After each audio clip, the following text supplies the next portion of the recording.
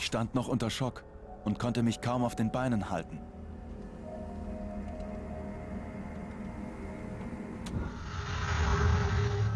Hello, my name is Mikael Kasurinen and I'm the lead game designer of Alan Wake. This is a video game commentary that spans throughout the whole game. Commentators will appear like this on the screen every time there's something that we like to talk about. But be aware that this commentary is full of spoilers. If you haven't played the game yet and you want to experience it as it was meant to be played, stop now, go back to the option screen and turn off the commentary. You can always come back later.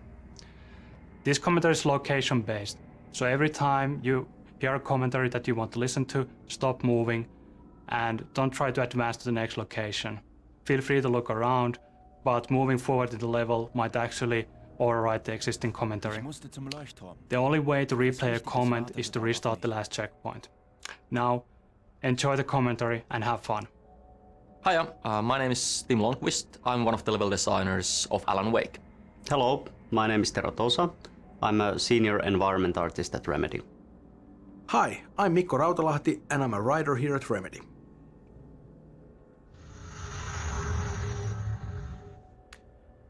Here we are in the very beginning of Alan Wake. Since dreams and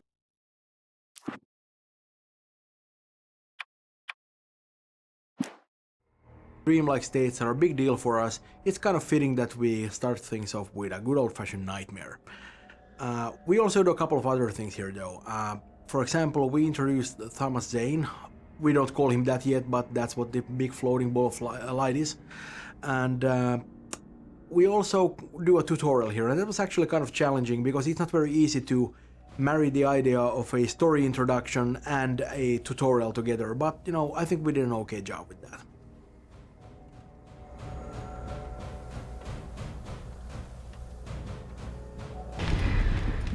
Dem Licht nach.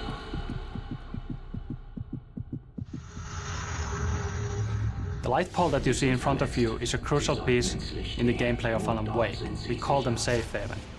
It's a spot of light in the midst of darkness. It provides you safety. While the enemies actually don't want to go in the light, they also heal the player faster and acts as guidance for the player. Every time you see light in front of you, that's usually a good direction to take.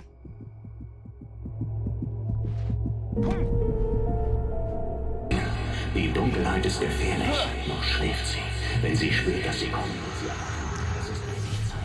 sie In this scene, the diver takes control over Wake's dream to teach him how to fight the forces of darkness. The basic concept is simple. You turn the light on top of Taken and you can see the darkness burning away. After that, you are able to defeat the Taken with your revolver. This is a good opportunity to see how the light mechanics work. Turn the light on top of him and you can actually see a small halo forming around him. The halo gets smaller, the less darkness there's left. And you can clearly see a light effect when the shield is burned away. The combat mechanics were always designed around the idea that you face multiple enemies at once. In this tutorial you only get one enemy at a time, but in the field that comes after this you get 2 or 3 enemies at the same time. Then you get the proper feel of how the combat works. Be careful on who you're concentrating on because someone else might actually be flanking you and trying to hit you in the back.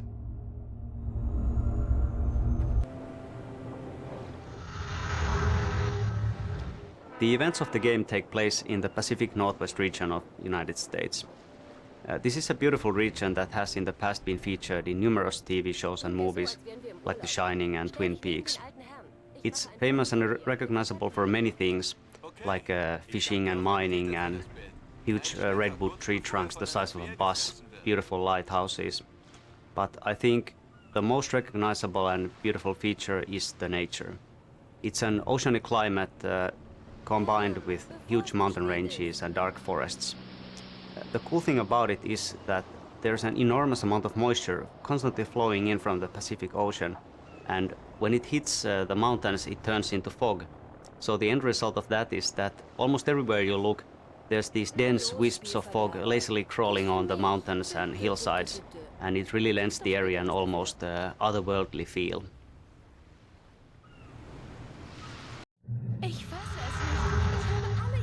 Diners are the very essence of traditional Americana and the hearts of small-town communities, such as Bright Falls. There being so many of them, and many of them looking very much like each other, source material for this location was always going to be plentiful. But even so, from the start, we had a certain one in mind. If you can remember a certain black tie wearing, pie munching FBI agent who likes a damn fine cup of coffee, you'll know the one I'm talking about.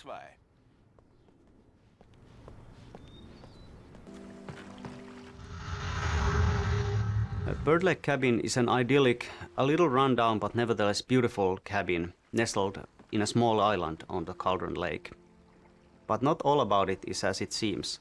You see, in the 70s there was a big eruption and the whole island sank, and it took down the cabin with it. So it shouldn't really exist, yet somehow it does. The original idea for the Bird Lake Cabin was that it was actually alive, that it would roam about in the forests at night, rising onto its legs that would at daytime look like bird leg-shaped roots sticking out from under it.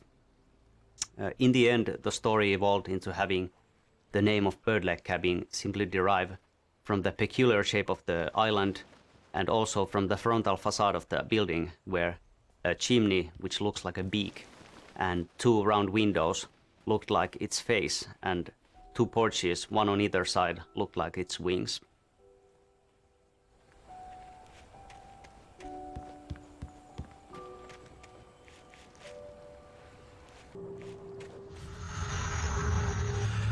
We spend a lot of time talking about Alice in the game, but we don't actually see all that much of her because she disappears. That's why it was very important for us to establish her as a major force in Wake's life in the very beginning of the game. Their relationship is very interesting because Alice is actually a lot smarter and stronger than Wake is. She's capable of manipulating him and is quite willing to do so if need be. That's how they end up at Cauldron Lake in the first place. But what she does out of love. She really just wants to help him. And he does need all that help because he kind of falls apart without her. She's a lot stronger than that. She could survive without him, but I'm not sure if Wake could ever live without Alice.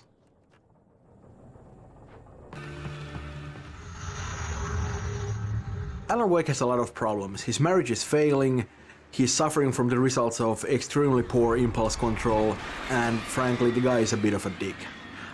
He's not a bad writer, he's definitely a decent one, and obviously he's been very successful, but you know, it's probably not a coincidence that the moment he sets out to write this really good novel, he's not actually capable of even starting it.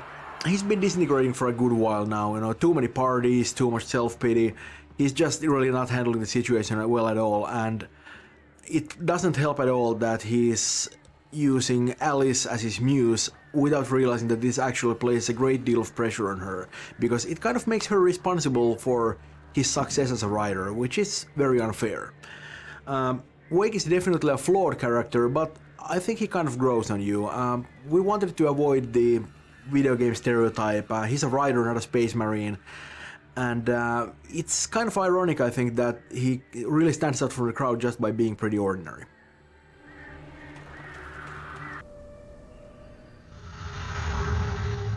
Designing the environments, we are making full use of the diversity of nature in Pacific Northwest region. In this episode, we find Alan Wake crashed in a car, unable to climb back to the road, and facing a long hike through the forest to reach a distant gas station where he hopes to find help. The area is a rocky, forested valley. He has to go through a logging site and also a marshland that follows the bottom of the valley and a river crossing. In the end, there is a vintage old gas station to explore, so really it's a visually very interesting location.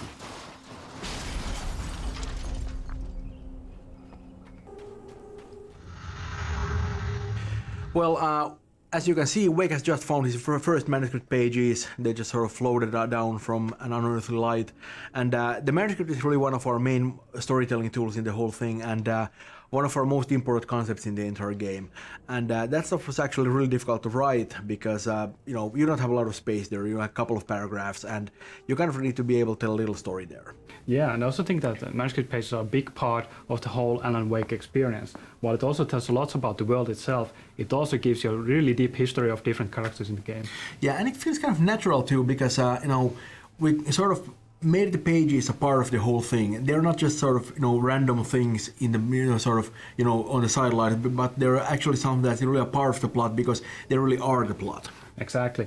And I especially like the idea how certain pages actually predict some events that are going to occur in the future. Yeah, we do a lot of foreshadowing there, but it's not, we don't really do the kind of a thing where we sort of, hint at something. We actually come right out and flat out, say it, because that's sort of, we want to prove the player that, what's written on the pages actually literally happens in the game. Yeah, it's really cool when that happens. If somebody actually reads the page and sees how the stuff unfolds in front of him while he plays it, I think that would be really cool for somebody. And it's so bad that I've actually read all the pages, I don't get that experience, but I would think that it's really cool when you actually experience it. And I know a lot of players are probably just going to run through and just sort of skip the pages, and that's fine, you can do that, you can play a cool action game like that, but there's actually a lot more to the game than just the shooting. Yeah, exactly.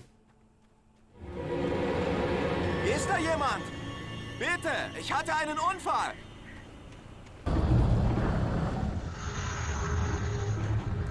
Even though most of the enemies attack you with melee weapons, some of them are able to use ranged weapons as well.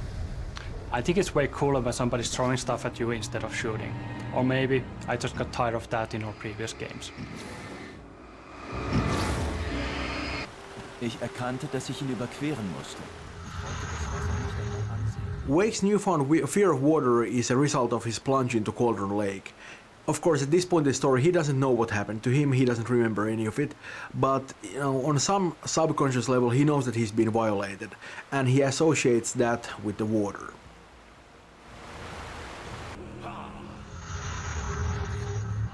Most of the gameplay locations we have in the game incorporate the idea of a journey into them. It basically means that we try to show where player is coming from and where he's going to as often as possible. In the beginning of episode 1, this meant that we showed the lighthouse whenever possible, and of course now we use the gas station in similar role.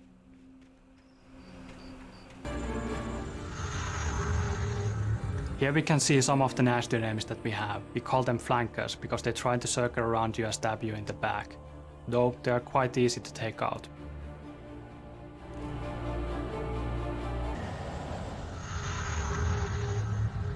The journey from the crash car onwards has seen a steady escalation of suspense, and now we're wrapping it up with a meeting with possessed Carl Stucky.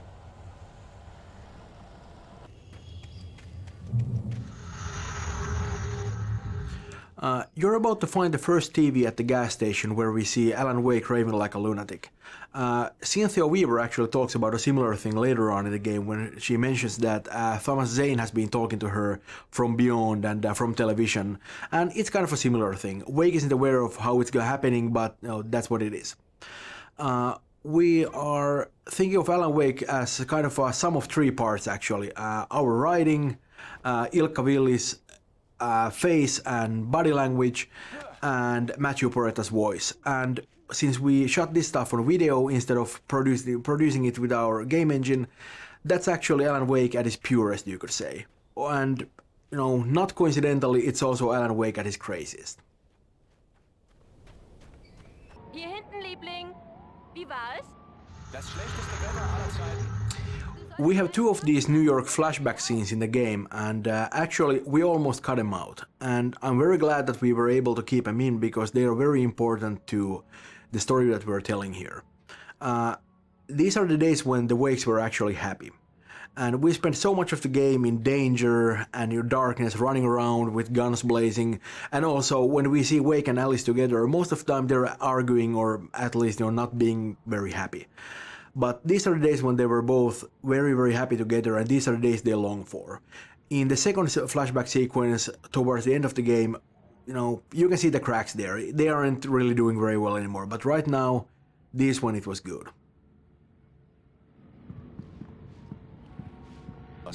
Natürlich, Mr. Wake. Sie können durch den Zellengang gehen.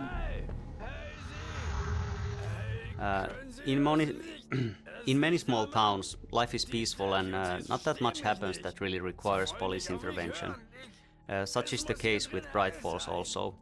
And the sheriff station is really a friendly, almost cozy place. Indeed, the jail cells are more often used to sober people up than holding anyone for a longer period of time. Können Sie mir helfen? Können Sie das Licht einschalten? Was für eine blöde Kuh. Himmel, Mister, ich leg mich mit jedem an. Es ist nicht The Visitor Center is the hub of Elderwood National Park area. It's a place where you can get information about the local wildlife, directions if you are going out hiking in the forest, or keys if you are renting one of the cabins in the area. It also has a nice cafeteria which looks out into the forest. It's a bright and beautiful place to stop for a while and have a cup of coffee, but it's also filled with lots of stuffed animals and mammoth skeletons and so forth.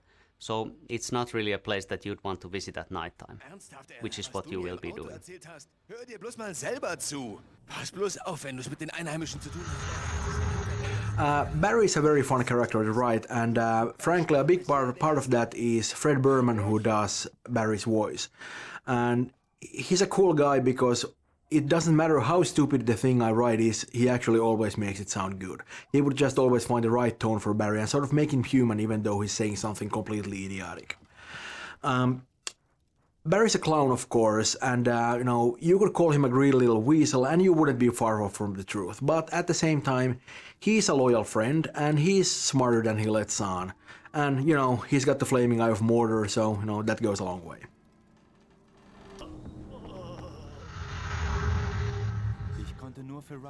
Well, right now Rust is still alive, but that's not gonna last for long. He's a couple of minutes away from being turned into one of the Taken. And we worked on the Taken for a long while, and when we initially started to build the concept, the basis was on serial killers from comics and movies. Right. We wanted to almost seem like immortal enemies, and they always turn up when you least expect them. Yeah, and they seem kind of mindless. Well, that's because the Dark Presence just sort of strips everything away from them. It just leaves this empty shell and fills it with darkness and sort of throws them at you. They're really about aggression, and they don't really do subtle. And that's exactly why we love the melee weapons, right? And we actually considered giving them firearms at one point, but when we tried that, I think it took away something from the unique feel of combat. Because we kind of want them to come at you. Yeah, they need to be aggressive, right? And I think the melee weapons also represent something old and mythical, what the Dark Presence is, unlike the light, which is modern and technical. Yeah, and of course you'll probably notice that they keep on babbling all the time. Well, you have, but I'm talking to a player here. That was actually kind of an experiment because we just wrote some of that stuff on a whim for Stucky in the beginning, and when we got the lines back from the actor, it was creepy as hell. So we, of course, decided that we gotta have more of this stuff, and we just wrote more of it in. Yeah, exactly. It was excellent.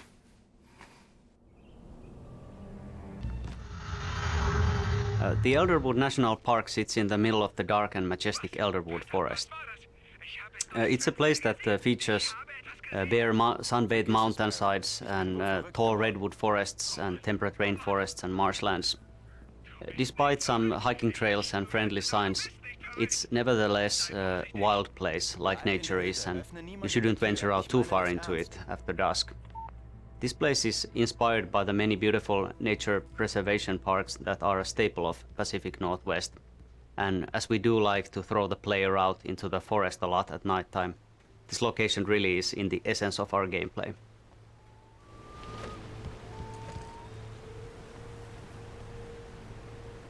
Es dauerte einen Moment, aber dann erkannte ich ihn. Er war auf der Fähre gewesen. I love this scene.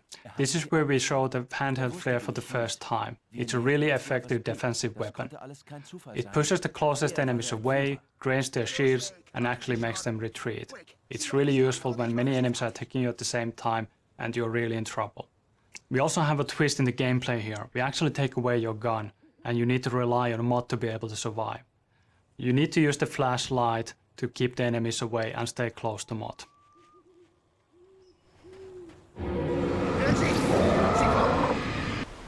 Hatte Alice.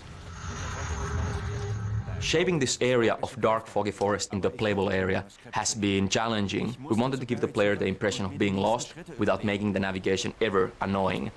Also, we noticed that the journey has been quite long through the national park and many players wanted to pick up the pace this far.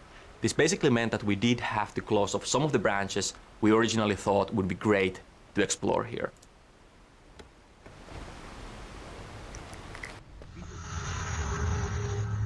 Here we have the first driving scene. The vehicles were originally designed to be used as weapons against the dark forces. The headlights are used to burn the darkness away, and you finish them off by driving over them.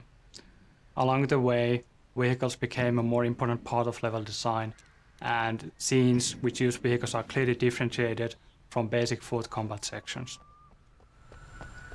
Kann ich helfen? Ich bin Randolph, der Verwalter. Wir wollen zu Rose, die Kellnerin aus dem Diner. The trailer park where Rose lives is a cozy place that recently had a bit of a shock when a sailing boat picked up by a tornado crashed in the middle of two trailers. This is a location that for a long time looked like it was not going to make it in the final game, but I'm glad it did, because I think it's one of those places that helps define the character and style of the game in a visual way. When we went out photoshooting along the Pacific Northwest area, we came across many trailer parks, and we have plenty of material for them. So I think that really shows in the authenticity of this location.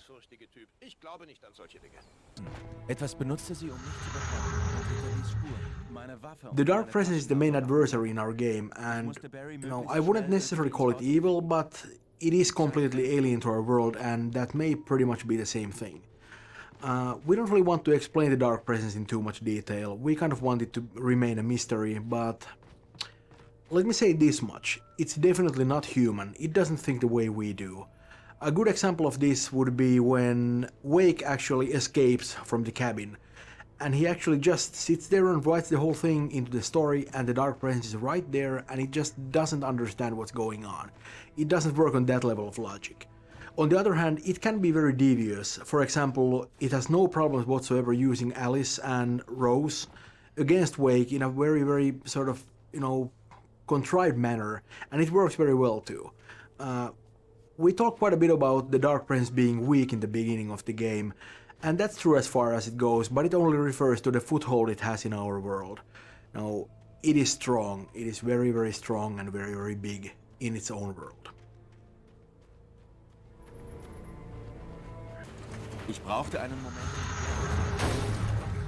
Here we see one of the most useful tools that the gameplay designers have. We call it beds, for bringing enemies to the scene. It started off as a simple spawning system, but as time went on, it evolved into something bigger. It actually now incorporates build-up as well. You hear the whispers and sounds that the darkness creates, and, well, the darkness itself actually appearing in the forest. It hides the enemies when they actually get close to you. On top of that, we have a reveal system which shows the first enemy attacking you, but we do it only once per combat. After that, you're on your own.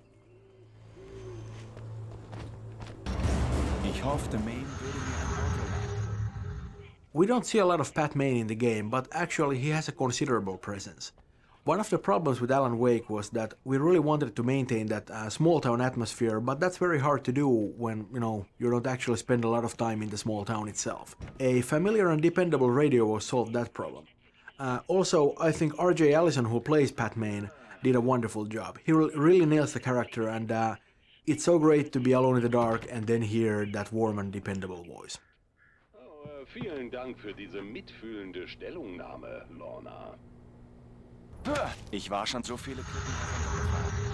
Here we have another really well set up journey. The train depot and the bridge in the distance well visible from early on.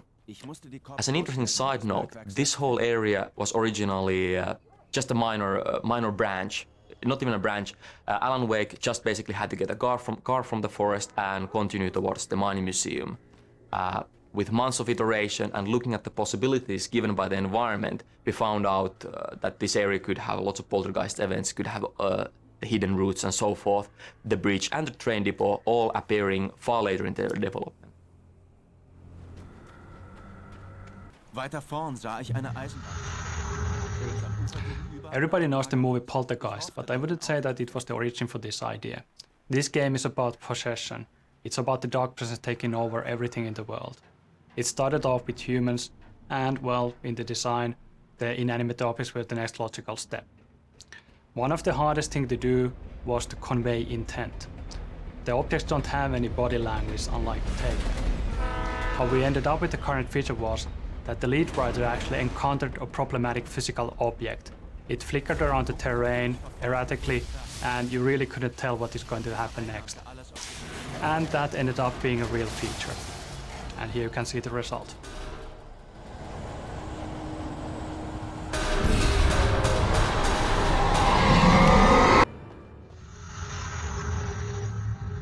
The dog possession can take over almost anything. That includes machinery like vehicles.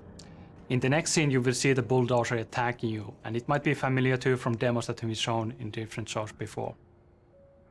I would like to say that plenty of thought and research went into this, but the fact is that it was basically just a lucky test when we fooled around with the AI and physics. And here you can see the results. Heute würde ich den Entführer. This daytime driving sequence is great to have in the final game, especially considering that it was a source of debate earlier on. It's fairly hard to actually see this kind of sequences, are they actually working or not, before we have the final environment, the mood, the sounds and so forth. Of course now it is great to have in the final game. It provides a very nice change of pace in the middle of episode 3, and it provides a great showcase for our technology, our views, and also it's great to see the environment that you usually see in the night, covered in shadows and in fog, in its full glory.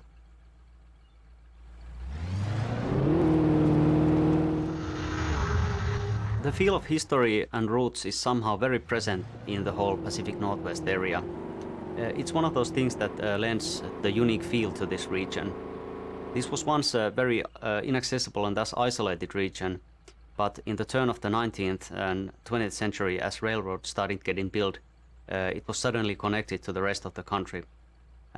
This greatly benefited industries like mining, for example, because now ore could easily be transported across vast distances. Towards 1960s and 1970s, mining steadily declined, but this area is still filled with all sorts of landmarks and reminders of that once blooming industry. To me, these kinds of things really matter because they are the reason behind why things are and look the way they are. So, long story short, decaying structures like old train carts and mining structures and tipple buildings are really a part of the history of this area, and that's all the reason we needed to include one of those beautiful tipple buildings as a location in the game. As many of its real-world counterparts, it serves now as a museum.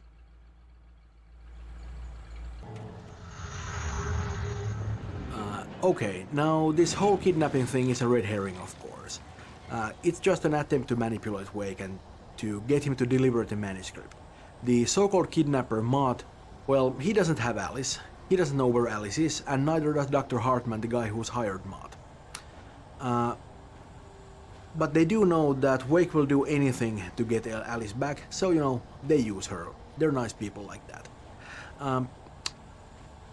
The problem is that Wake doesn't have the manuscript at all. He doesn't know where it is. He has a couple of pages, but of course, that's not enough. So, they're lying to Wake about having Alice, and Wake is lying to them about having the manuscript, and nobody has much of anything. It doesn't end very well for Mott, you know, who is going to get his in a couple of minutes, well, no, a little longer. And Dr. Hartman doesn't have such a great day either. No, what can I say? Karma's a bitch.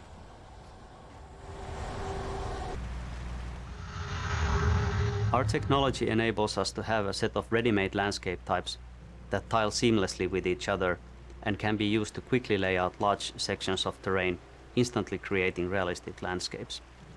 These biotypes, as we call them, contain lots of different information about the resulting shape of the terrain. Things like what the ground is comprised of, is it mud, rocks or grass, and what grows on it, different kind of foliage and trees, and also its bumpiness. So we don't manually build every square meter of forest that there is in the game, but instead focus our efforts on creating these biotypes so realistic that they can be used to cover a patch of terrain of almost any size and still look realistic. We then cover the terrain with patches of different biotypes that go together very well before finally going over the area with a precision polish.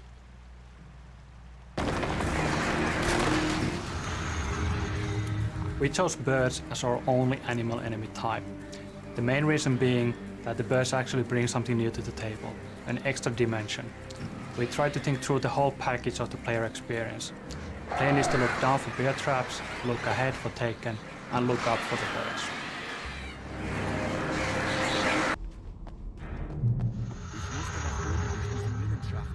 The guys who did this mine puzzle, Antti and Tiago, did a really amazing job here. This is again one of the cases where we started with a very, very low-key design requirement, just something to occupy the player for a moment. But with iteration, looking at what works, what not, we actually got this amazing sequence which does what it's supposed to do. It looks complex, it looks imposing, but it's very intuitive to play, and I hope you actually enjoy going through it.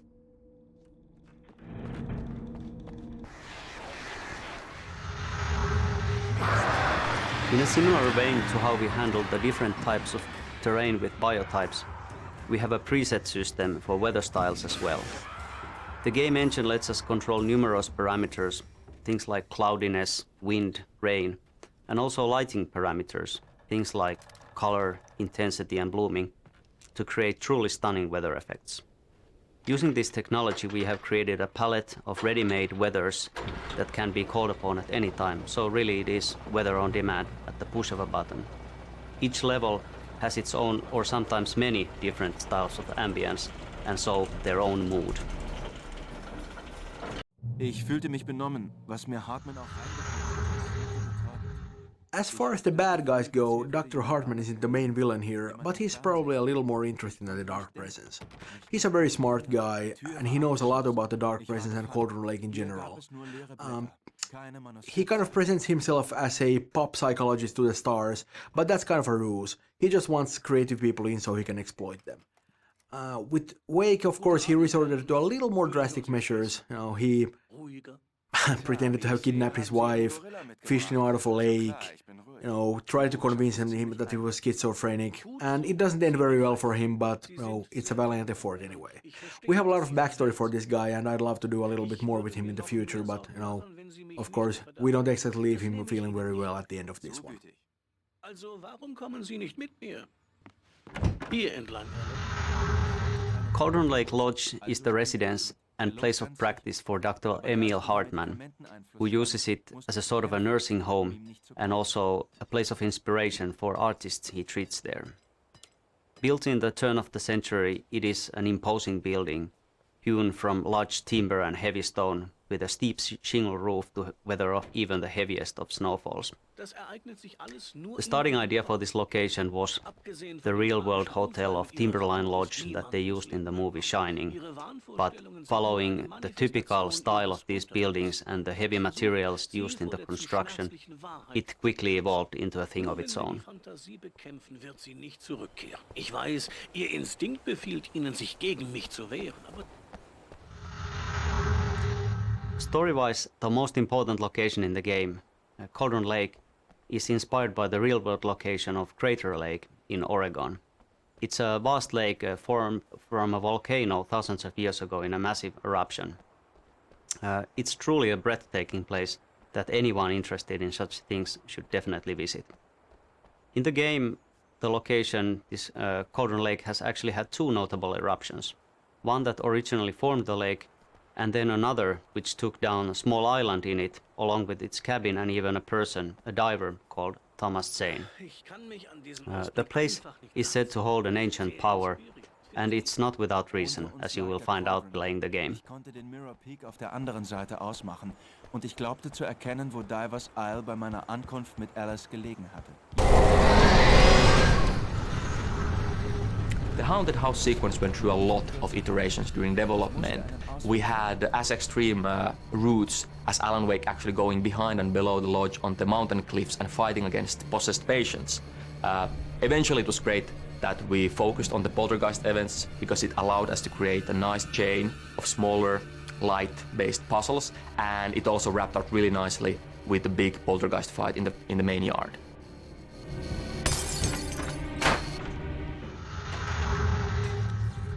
As the Dark Presence attacks the lodge, we are seeing an escalation in its power and aggressiveness.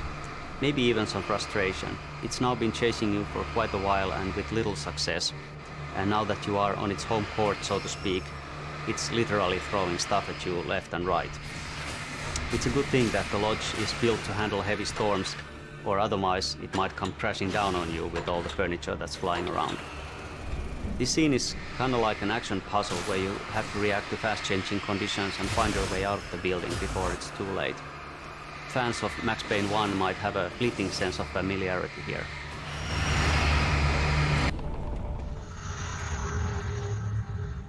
Originally, the hedge maze actually was a circular shape. It looked great from the aerial shots, and everything was pretty good as long as you actually didn't go in there. But playing a maze with all the corridors in various curves just didn't really work, and we then went with this more traditional setup. Oh Mann, es geht dir gut. Es ist so schön, deine Stimme zu hören. Here we have, once again, a twist to the gameplay. We actually take away the light, the main tool of the player. The point of this scene is to demonstrate how utterly helpless Wake is without his light against the forces of darkness. There really isn't any other option here but to run or die. Barry, alles in Ordnung? This area is the Anderson farm. In the game we have these two goofy guys called the Anderson brothers. They used to live here, but with time they have gone a bit funny in the head, and now they spend most of their time at Hartman's clinic, although they do wander off all the time. Yeah, they were in a band called the Old Gods of Asgard, and they actually pretended to be Nordic gods. And that whole rock and roll lifestyle thing was just a little bit too much for them. And it probably didn't help that they actually made their moonshine with water from Cauldron Lake. These guys are nuts. Yeah, but this is a really cool location. It used to be an ordinary farm, but as these guys led their rock and roll lifestyle, they made it into their own image, and they built this stage in the middle of the cornfield and even decorated the farmhouse with Viking imagery. They had some serious parties here. This whole Viking thing was like a lifestyle for them, and in the end they started to believe in their own characters. Unfortunately, it went a bit too far, and they woke up the Dark Presence with their music. Yeah, this all took place not long after Zane had managed to put the Dark Presence down in the first place, and the Dark Presence really messed with their heads. That's another reason why they're so crazy.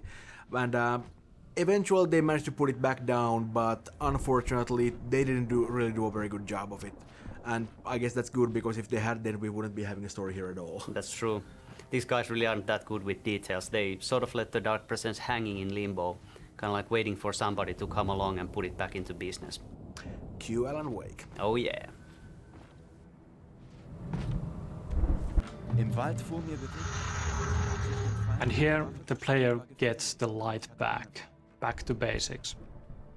A good boost, as you know, blinds the enemies and slows them down, and that's the only way to survive through this situation. You still need a weapon to be able to defeat them, so the only option is to continue running. The journey from the crashed car, the second one we have in the game, up to this hunting cabin has been fun to develop. It was really cool to see different things, try different things that work out with Wake being very vulnerable. Originally, we tried giving Wake just less ammunition, less batteries. Then we took the revolver away for quite a long time. And in this final version, you actually start the whole journey without any kind of light source either. The farmlands area has been one of the most liked areas during early gameplay testing. I think the big element to this is that we have very many different gameplay types during this journey. We just had a very tightly planned, very tightly designed survival journey up to this hunting cabin, and then again now we give the player a car, we give a direction, and we give the player the chance to actually dictate his own pace for a while. Bright Falls, America's rock and roll Hauptstadt. Children of the Elder God, what a great song to kick ass to. I think the whole stage fight sequence is going to be one of the most memorable moments for a lot of people, simply because it's just such a ridiculous action-packed sequence. The music is actually by the band Poets of the Fall, who have a long history of collaboration with Remedy. We kind of wanted this to sound like 70s heavy rock, and I think they did a fantastic job of that, and from what I hear, they had a good time doing that too. They also did the other song that you hear a little bit later at the farmhouse, The Poet and the Muse, and that's of course more of a ballad, but you know, still a very nice song. The lyrics of both songs are actually based on poems by our lead writer Sam Lake. From the story point of view, this is a tremendously important sequence in the game. this is kind of where we reveal everything that happened during that missing week, and it's a kind of a, you know, a dream sequence or a time traveling trip, you know, something that's brought on by the Andersons' mystical moonshine. And it doesn't really matter whether Wake is actually literally there or if he's just observing things through some sort of a, you know, memory form or whatever. He's there and he's seeing what's happening. For us, this was a kind of a show don't tell kind of a thing, because we could have turned this into a very long cinematic, but we kind of wanted the player to be able to observe things. Ich erinnerte mich an meine Sorge, als ich die dunkle Hütte sah. We like to keep things a little vague, because once you start explaining things in great detail, you kind of lose a lot of the magic. That said, I think it's very clear to everybody by now that Bright Falls is a very weird place, and it's not just about Cauldron Lake and what dwells within.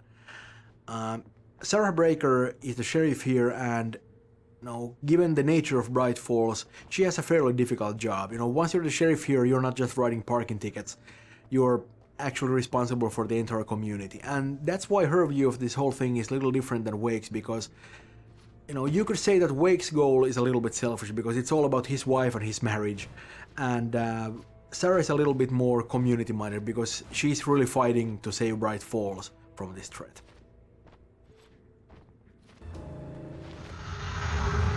The town of Bright Falls is a sleepy, idyllic small town, the type that's familiar from much of popular culture, where little happens and time almost seems to stand still. The heaviest influences for this location were the town of Snoqualmie, where they shot Twin Peaks, and also the town of Roslyn, the location for Northern Exposure. If you've seen these shows or visited similar locations, you might recognize the dreamlike, almost peaceful ambience that they often seem to have. It's as if time is reluctant to move on, sort of clinging back to the glory days when the town was born, where industries like mining and logging were booming. It is genuine Americana, and I think we have captured it quite well.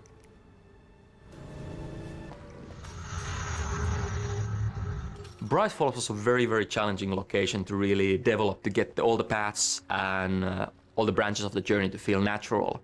The town was designed and built quite a bit earlier than we actually settled upon the final storyline twists and the specifics what actually happened there. This meant we had a lot of problem solving to do when we actually got to decide where Alan Wake and Sarah go to. For example, this branch, this harborside building that you're now just been going past, was something we incorporated very late in the process when we noticed that having the whole harbor street available for combat just didn't work that well as we expected for combat, pacing and technology.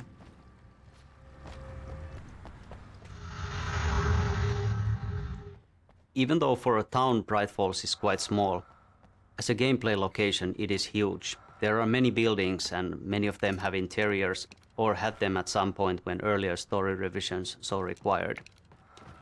As many large gameplay locations, it has been through countless of revisions and iterations, and unfortunately not all the cool stuff that there once was survived.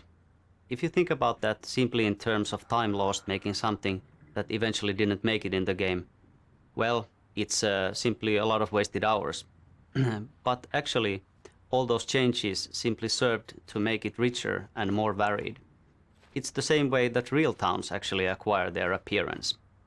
You could say that the process has actually given it a small history of its own.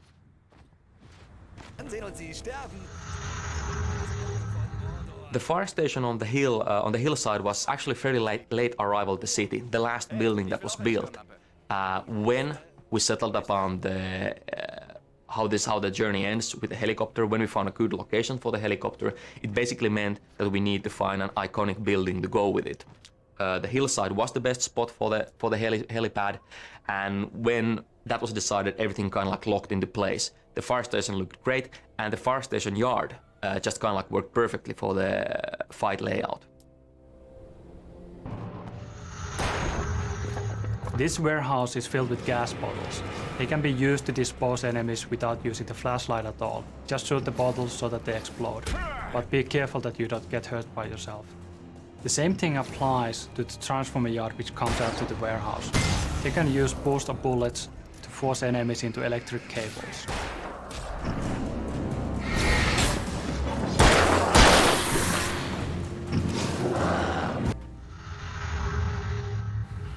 This area is all about electricity. We're actually in a huge dam complex right now. What we're seeing across the river is the power station.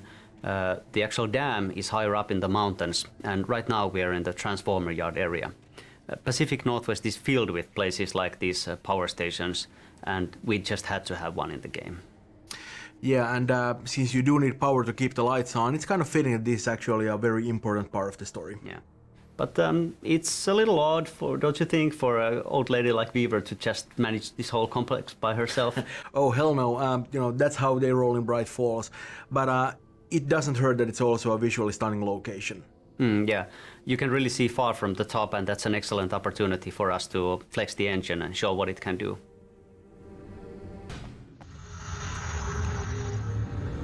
Another example of gameplay growing from fairly small designs was this journey to cut the power to transformer yard. We had just a bare minimum bonus version in place for a while. Wake goes outside the power plant, clicks the switch, done. But obviously, after a few months of iterating, trying all the cool things, we noticed that, well, of course it works better when we have this combat, build-up, and the fairly simple, but hopefully enjoyable puzzle in the end. Wenigstens musste ich mir sie keine Sorgen machen. Sie wusste sich zu schützen. Cynthia Weaver, like Wake, has been touched by the dark presence, and like Wake, she sees things that other people can't. She's the one who's been helping Wake, she's been leaving the supplies for him, she's been painting the weird messages on the walls, the ones that are revealed by light, and the thing is that nobody else can actually see them, only the people who have been touched like this. To everybody else it seems like she's just, painting with imaginary paint on the walls, but it is actually real. It's a kind of a mystical thing. Cynthia knows a lot about fighting the Taken and the Dark Presence, but she's really not a warrior. She's too crippled for that by her encounter with the strangeness that sort of permeates the area. When she refuses to follow Wake into the darkness and rescue Barry, she's not being petulant about it, she's just physically unable to enter these areas of uncontrolled darkness. You'd have to drag her there, and if you did, she'd try to kill you. But, let's put that in perspective, because, she's guarding a secret she doesn't really understand anything about, because a man on her TV screen told her that she has to, and she never really had any choice about it. So, it's not easy for her either, but, all things considered, I think she does okay. The tornado is one of the few enemies that has stayed pretty much the same throughout the whole project.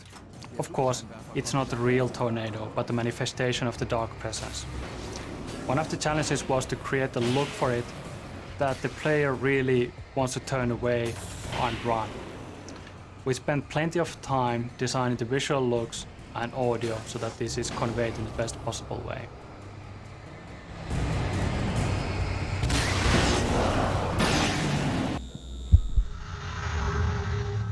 The New York apartment is one of my favorite locations in the game.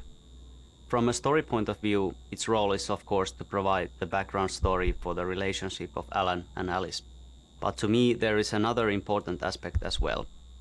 You see, it's of course also a homage to the New York setting of the Max Payne games.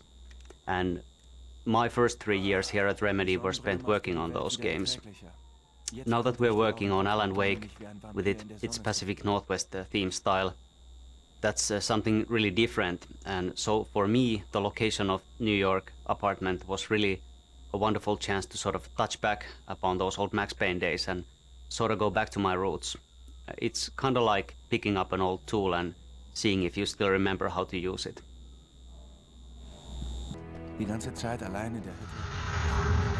One question that's often asked about games these days is open world or linear. They are the two extremes of the same scale, and both have their pros and cons. Open world is of course all about the freedom of movement. You can go where you want and do what you want. And that's cool in itself, but by nature it fights against the traditional storytelling. Whereas linear gameplay fits storytelling very well, but that can get a bit constricted at times if the path is too narrow.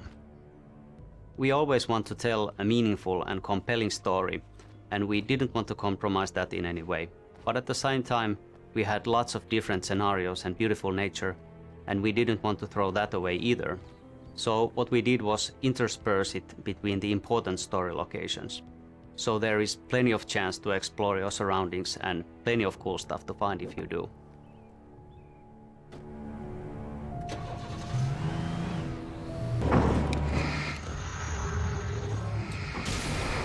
We're nearing the end of the story here. At this point we pretty much know the answers to most of the major questions, such as what happened to Alice, where did the manuscript come from, and so forth. All that remains for Wake now is to make his final run into the Heart of Darkness and make his final sacrifice. He's said goodbye to his best friend.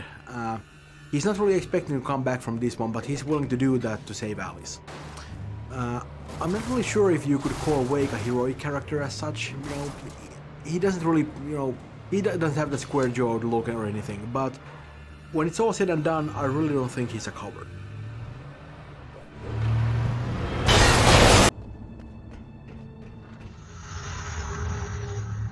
As Wake continues towards the conclusion of his story, of this story, we had the chance to create more outlandish sequences, more wilder places to really amp up the action. This field filled with burning wreckage was great, and I hope you actually find and you see the possessed monster truck.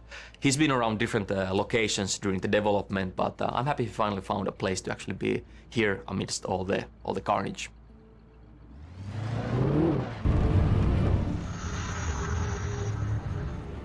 To be honest, the development this final stretch of the journey wasn't quite as smooth as we'd hoped.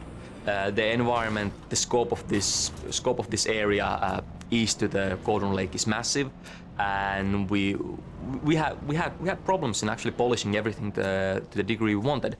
That being said, it's been great that, for example, here in the junkyard, we managed to create the massive swinging crane to hang above the fight, and we did chance to create the burning piles of wreckage on the hillside.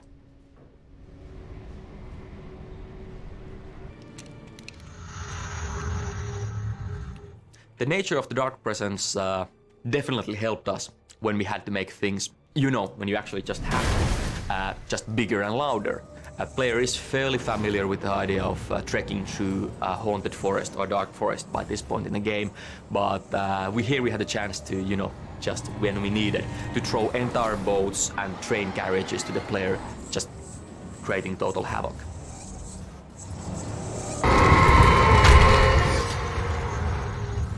This is the final battle in the game. You can actually finally face the tornado and fight it. We didn't want to create a complicated puzzle, but this was more about the experience. We wanted to make this a memorable moment in the game. If you look carefully, you can actually see Barbara Jagger standing in the middle of the tornado, and she's the only thing standing between you and Cauldron Lake.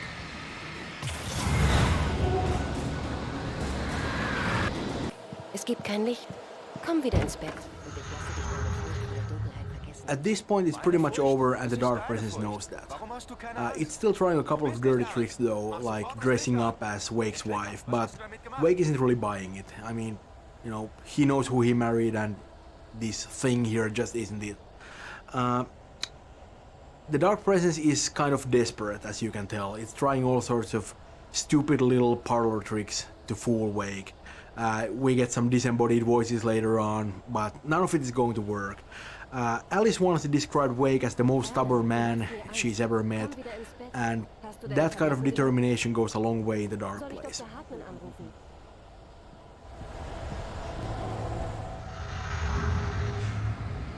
Wake's manuscript is one of our main storytelling tools in the game, and it has a lot of power. It's not just about a couple of words on a page, but at the same time writing those pages was really difficult because we don't have a lot of space there, and you still need to be able to tell these sort of little stories with a beginning and an end, and that was really challenging for us. I like to think that the manuscript pages define a lot of the Alan Wake experience. While they also provide relevant information on how the world works, they also gives you a deeper access of the histories of certain characters. Right. It's a really nice way of adding a little bit of depth and complexity into the whole game, and at the same time the pages themselves feel kind of relevant to the whole story because, well, they are the story. I especially like the idea how they predict certain events in the game as they unfold in front of the player as written. And it doesn't have to be tied into writing. Yeah, it's really more about the sort of creation rather than the method of creation. There's a lot of potential here. Yeah.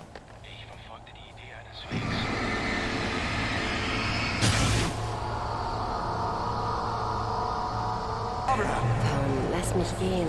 Ich verspreche, ich bin And that's it for the commentary. Thank you for hanging around all the way to the end. I hope it answered any questions that you might have had after completing the game. And maybe it showed you a bit how Remedy works. Thank you. Ich hätte deine Rückkehr nicht schreiben sollen. Du bist falsch zurückgekommen. Dein Herz ist voller Dunkelheit. Leg das Messer weg, Thomas. Leg es hin. Dein Herz ist voller Dunkelheit.